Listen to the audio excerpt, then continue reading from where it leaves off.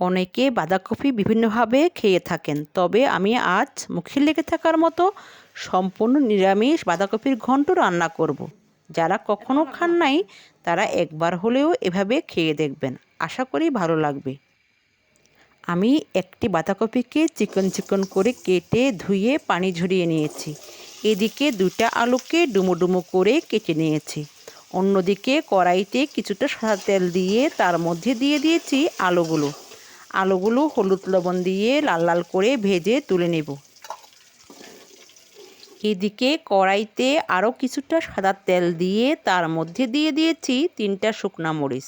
তারপর দিব এলাচ, দারচিনি, তেজপাতা। এরপর দিব ফোড়নে 1 চামচ জিরা। তারপর দিব 1 চামচ আদা বাটা। আদাগুলোকে একটু ভেজে তার মধ্যে দিয়ে দিব একটি টমেটো কুচি, কয়েকটা কাঁচামরিচ ফালি। সবগুলো উপকরণ একটু ভেজে নিব। ভেজে সামান্য পানি দিয়ে দিব। এরপর এক এক করে সব গুঁড়া মশলাগুলো দিয়ে দিব। স্বাদমতো লবণ, হলুদের গুঁড়া, মরিচের গুঁড়া, ধনিয়ার গুঁড়া, জিরার গুঁড়া। সবগুলো মশলা ভালো করে কষিয়ে নিব। এমনভাবে কষাতে হবে যেন উপরে তেল উঠে আসে। যখন দেখবেন উপরে ভালো করে তেল উঠে আসছে, ঠিক এ পর্যায়ে দিয়ে দিবেন বাঁধাকপিগুলো।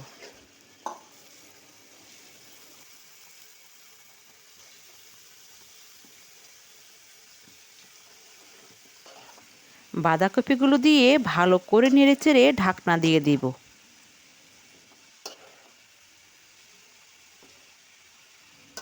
এই বাঁধাকপির ঘন্ট সাদা ভাত, খিচুড়ি, রুটি, পরোটার সাথে খেতে খুব ভালো লাগে।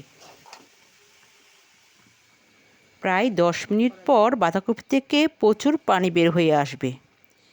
এ পর্যায়ে আমি আবারও একটু নেড়েচেড়ে ঢাকনা দিয়ে দিব।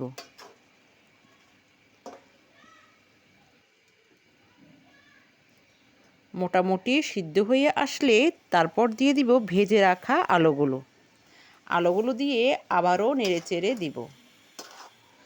আমি কিন্তু এ রান্নায় কোনো পানি ব্যবহার করব না। তারপর আমি কিছুক্ষণ আরও 20 মিনিটের জন্য ঢাকনা দিয়ে দিব।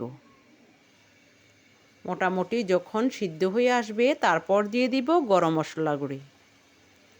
গরম মশলাগুলো দিয়ে আবারও নেড়েচেড়ে কিছুক্ষণ ঢাকনা দিয়ে রাখবো। তারপর বেশ কিছুটা ধনিয়া পাতা দিয়ে নামিয়ে নেব। কোনো পেঁয়াজ রসুন ছাড়া সম্পূর্ণ নিরামিষ এই বাঁধাকপির ঘন্ট খেতে ভীষণ ভালো লাগে। আপনারাও একবার রান্না করে খেয়ে দেখতে পারেন, আশা করি ভালো লাগবে।